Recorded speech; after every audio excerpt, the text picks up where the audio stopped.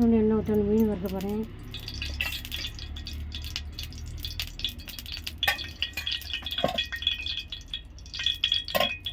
மீனை அரைச்சி வச்சுக்கிட்டேன்.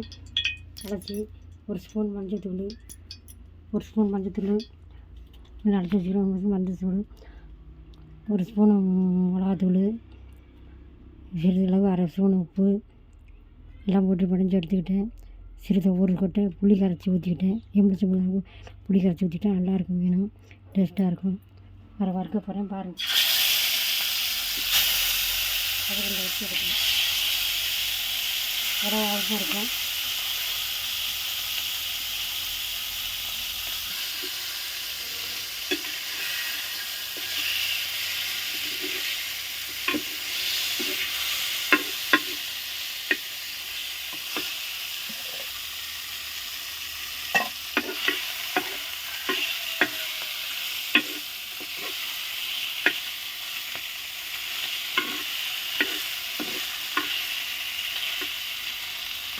வறுத்த மீன் ரெடி.